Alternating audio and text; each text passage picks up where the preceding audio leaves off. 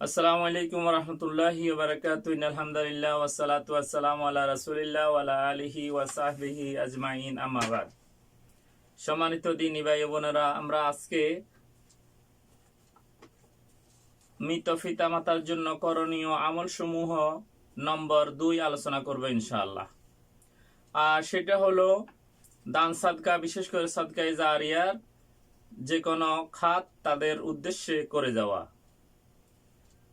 মা বাবা বেঁচে থাকতে দান সদকা করে যেতে পারেননি বা বেঁচে থাকলে আরো দান সদকা করতেন, সেজন্য তার পক্ষ থেকে সন্তানদেরকে দান সদকা করতে পারে বা দান সদকা করতে হবে। হাদিসে এসেছে, আয়েশা রাদিয়াল্লাহু আনহা বলেন, জনক ব্যক্তি রাসূল সাল্লাল্লাহু আলাইহি ওয়াসাল্লামের কাছে এসে বললেন, হে রাসূল সাল্লাল্লাহু আলাইহি ওয়াসাল্লাম, আমার মা হঠাৎ মৃত্যুবরণ করেছেন, তাই কোনো ওসিয়ত করার সুযোগ পাননি। আমার ধারণা যে তিনি কথা বলার যদি সুযোগ পেতেন তাহলে দান সদকা করতেন। আমি কি তার পক্ষ থেকে সাদকা করলে তিনি এ সওয়াব পাবেন? রাসূল সাল্লাল্লাহু আলাইহি ওয়াসাল্লামকে প্রশ্ন করলেন যে আমার মা হঠাৎ মৃত্যুবরণ করেছেন, আমার ধারণা যে তিনি যদি বেঁচে থাকতেন তিনি দান সদকা করতেন। এখন কি আমি আমার মায়ের পক্ষ থেকে দান সদকা করতে পারবো?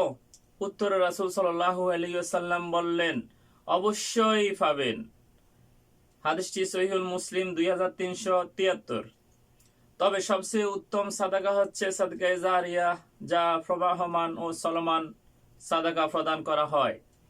যেমন পানির একটি কূপ খনন করা, একটা টিউবওয়েল কোথাও বসিয়ে দেওয়া, একটা মসজিদে একটা ফ্যান দেওয়া, একটা কার্পেট দেওয়া, একটা ইট দেওয়া, এক বস্তা সিমেন্ট দেওয়া, এগুলো কোরআন শিক্ষার ব্যবস্থা করা, তারপরে জনকল্যাণমূলক একটি যাত্রী ছাউনি করা।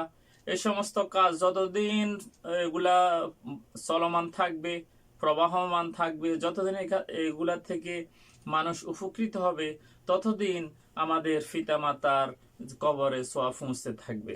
তাহলে অতি সহজ আমলগুলো আমরা করতে পারি।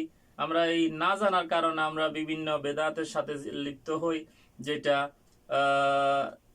দুনিয়াতেও কোনো ফায়দা নাই, আখিরাতেও কোনো ফায়দা নেই। আল্লাহ তাআলা আমাদেরকে কোরআন ও সহিহ সুন্নাহ মোতাবেক আমল করার এবং সেই অনুযায়ী অন্যকে বলার তৌফিক দান করুন। আমিন। আসসালামু আলাইকুম ওয়া রাহমাতুল্লাহি ওয়া বারাকাতুহু।